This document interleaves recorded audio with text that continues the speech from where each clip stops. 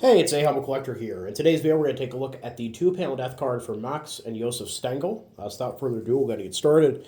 It's been a while since we covered a death card for brothers on the channel. So generally, the way that this would work is whenever the first brother had been killed, he likely had his own funeral card, very similar to the ones we normally see. And whenever his second brother also died, the family would choose to put a listing for the previously deceased on the card and kind of keep them together that way. So you'll sometimes come across cards for 2, 3, 4 plus brothers. I have a card in my collection for, I believe, 5 or 6 brothers, off the top of my head I can think of. So, a lot of families during the Second World War in Germany did lose a lot of their sons and brothers and fathers during the Second World War. And in this case, Max and Josef were both killed. And this is Max and this is Josef. I do actually appreciate they labeled those, because generally if they just had the two photos, we really wouldn't know who would be who.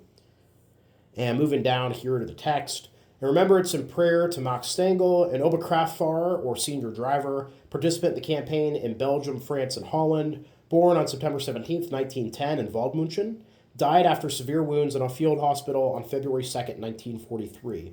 Now, I did actually find a casualty record for Max. He was a member of the 4th Kraftfahrer Company of Panzer Division Nachschub, or Supply Platoon 128. Now, as far as I can tell, this unit seems to have been a supply unit attached to Panzer Division 23, which had escaped the encirclement of Stalingrad and was taking part in the relief effort and all of the heavy fighting that was still going on in that part of the Eastern Front. And Max would actually die of his wounds the same day that the Battle of Stalingrad officially ended. And his cause of death is really vague. It just says that he took some kind of hit to his thigh at Rostow by Stalingrad, and that's what he would end up dying of.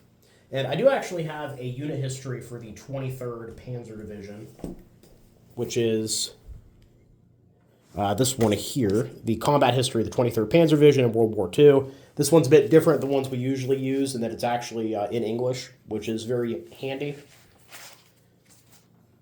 And we can actually see on the map here that Rostow, this is the area where they were fighting when Max was killed. And we do actually have a little bit of a brief write-up there from the day before, which I'll go ahead and go through now, just to provide some context on what was happening. Because really, the division at this point is just constantly getting into one battle after another, leading up to the surrender of Stalingrad here. During the morning of 1st February, Russian armored cars in Shuko-Taratskij were turned back by Kampfgruppe von Winning. Pioneer Lair Battalion 1 was pulled out of the line by orders of the Field Army. Hauptmann von Lau reported out of the division with a trench strength of 3 officers, 2 non-commissioned officers, and 4 enlisted men. The detachment of the battalion from the division signaled an end to a command and control relationship that had started in December. During the subsequent fighting, the battalion and its commander had performed magnificently. The division owed thanks to those extraordinary soldiers for many successes in both defense and offense. Assuming command of the former Kampfgruppe von Lau was Hauptmann Engelin, the commander of Kampf Battalion Erfurt. At 10:45 hours, Kampfgruppe von Winning was attacked by a Soviet battalion. Assault guns turned back the enemy, who subsequently prepared for additional operations with freshly introduced forces. A corps order arrived at 1300 hours, according to which the division was to be detached from the corps on 3rd February and to be placed at the disposal of the Field Army north of the Don at Rostov. A Heeresgruppe planned operation by the division on the left wing of the Field Army Group did not come to pass when the division commander submitted a report on the deficient movement capability, supply situation, and weaponry of the division. At noon, using 2 assault guns, Kampfgruppe Engelin scattered 2 companies of Russians that were advancing. Starting at 15:30 hours, the enemy repeatedly attacked Kampfgruppe von Winning and Shuko-Taratski. All of the attacks collapsed with high losses to the Soviets in the combined fires of the 1st and 2nd Infantry tanker companies. In anticipation of the relief of the division, the commander ordered a reorganization of the troop elements for the expected reconstitution. To that end, Panzer Regiment 201 established the framework for all 3 of its battalions, but only made 1 battalion combat capable due to lack of tanks. Panzer Grenadier Regiment 126 was reformed. It received the SPW Battalion, the former 1st Battalion of Panzer Grenadier Regiment 126, the 2nd and 5th Companies of Kreuzschützen Battalion 23, as well as the 2nd Battalion of Panzer Grenadier Regiment 128, which had formerly been the 2nd Battalion of Panzer Grenadier Regiment 126. To help fill up the 2 battalions, personnel were received from 2 companies and the headquarters of Kampf Battalion Erfurt. Panzer Grenadier Regiment 128 consolidated its remaining elements into the 1st Battalion of Panzer Grenadier Regiment 128. For its 2nd Battalion, it received the Alert Battalion of the 24th Panzer Division, which had been assigned to the division. Personnel were also received in the form of 1 company from Kampf Battalion Erfurt. The Armored Car Company and the Motorcycle Infantry Company were joined together with the former headquarters, and Kreuzschützenbataillon 2-3 was reformed. The divisional artillery reorganized its elements. Using the guns available, it formed a firing battalion, while the remainder of the regiment assembled at the division base camp in Avdiivka, north of Stalino. The anti-tank battalion remained unchanged, but Hauptmann Brun assumed command in place of the departed Major von Einem. On that day, the fate was also decided for the defenders of Stalingrad. After the 6th Army of General Feldmarschall von Paulus had to capitulate in the southern pocket on 31st January, the northern group, consisting of the remnants of the 11th Army Corps of General der Artillerie von Seydlitz, ceased combat operations. Of the 235,000 personnel who were in Stalingrad on the day of the encirclement, 95,000 became Soviet prisoners. More than 100,000 men had been killed or had died as a result of the various hardships endured there. Some 35,000 wounded, and only a few non-wounded had been flown out of the pocket. During the morning of 2nd February, the division was ordered to pull out of the front lines during the night of 2-3 February. By noon on 3 February, a motorized reserve group was to be left behind in Mokry Batai in the rear of the sector of the 111th Infantry Division. So as we can see there, even though they're getting reorganized to kind of pull out of the line here, they're still heavily engaged with the enemy, repelling a couple of assaults there. And unfortunately, we don't get any reference to Max's Nachschub unit, but it's clear that with the heavy fighting in the sector, those supply trucks are also being targeted. And I do actually have cards for 3 other members of the 23rd Panzer Division. Josef Kupler was an Oberkraftfahrer and Funktruppführer in the Staff Company of Schütze Regiment 126 and died of a headshot in Peshchanaye, Ukraine on May 14th, 1942. Fritz Auinger was a Schütze in the 3rd Company of Kreuzschützen Battalion 23 and died of a headshot at Lasavenka, Ukraine on May 26, 1942. And Josef Birol was a Schütze in the 6th Company of Panzer Grenadier Regiment 128 and died following the amputation of his left thigh at Kashi, Ukraine on November 28, 1942. And moving further down to Josef here, and to his brother, Jager Josef Stangl, born on November 1st, 1924 in Waldmünchen, killed on 26 May 1943 at the Kuban Bridgehead. May they rest in peace.